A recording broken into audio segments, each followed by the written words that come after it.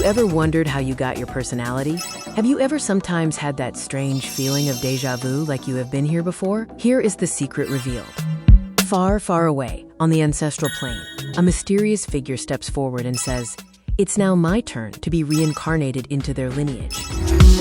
So then, Chukwu rises up from his throne and asks, "And why you now, at this time, my child?" The ancestor responds, "My gifts and personality can guide the history and direction of this family into glory."